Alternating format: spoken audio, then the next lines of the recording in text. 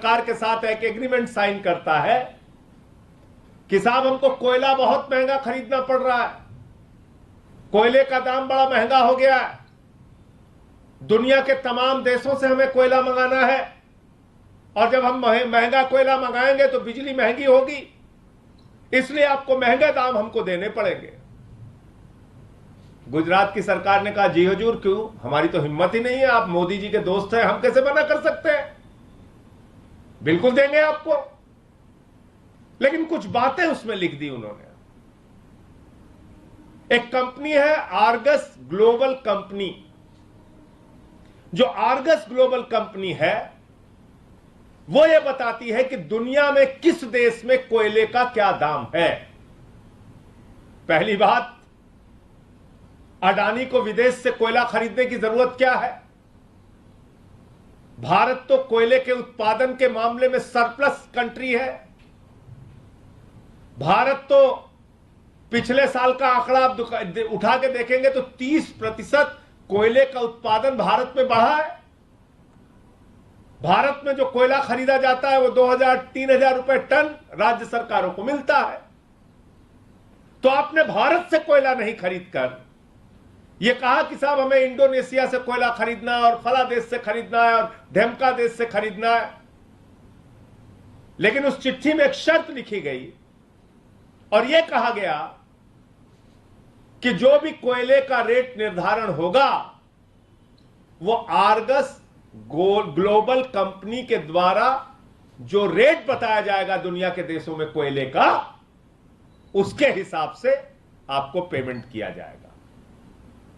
यह समझौता तय किया गुजरात की सरकार और अडानी ने मिलकर, और पेमेंट होता रहा।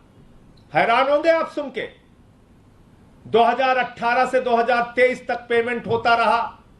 अडानी ने कहा इतने में कोयला खरीदा, बोले जी हुजूर लीजिए पैसा, बोले इतने में खरीदा, बोले लीजिए हुजूर पैसा लीजिए, बोले इतने करोड़ में खरीदा, बोले लो पैसा लो।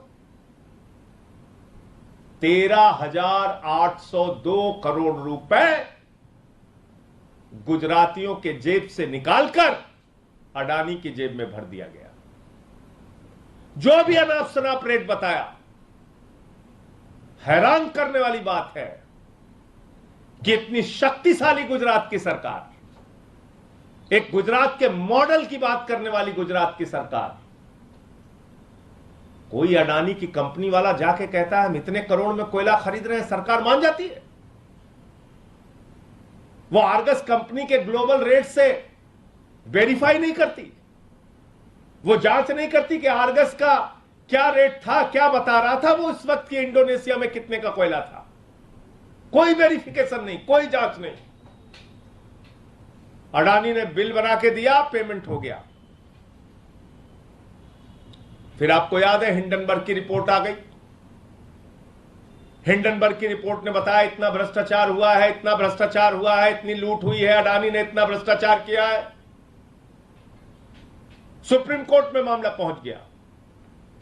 जब सुप्रीम कोर्ट में मामला पहुंच गया तब गुजरात सरकार के लोग घबराए, तब उनको लगा रे तो गड़बड़ हो जाएगा, अडानी के साथ हमको भी जेल जाना पड़ेगा, अडानी के साथ हम भी फंस जाएंगे। तो उन्होंने 15 मई 2023 को चिट्ठी लिखी। वो चिट्ठी आपके सामने में दे रहा हूं, यह वो चिट्ठी।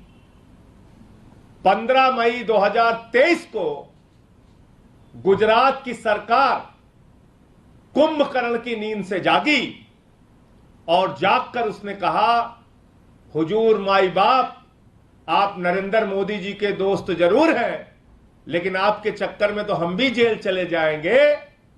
आपने तो जहां जहां से जितने में कोयला खरीदा उसका कोई प्रमाण नहीं दिया, उसके कोई कागजात नहीं दिए, उसके कोई बिल नहीं दिए, और जब आप इंडोनेशिया से महंगा कोयला बता रहे हैं उस वक्त तो इंडोनेशिया में कोयले का दाम सस्ता था। यानी कि फ्रॉड करके, भ्रष्टाचार करके, झूठ बोल के ये पेमेंट लिया गया। और कितने का लिया गया मैं नहीं कह रहा हूं, अब ये 15 मई 2023 को गुजरात की सरकार अडानी से कह रही है कि हुजूर माई बाप, आपने गुजरातियों का 3,802 करोड़ रुपए लूट लिया है।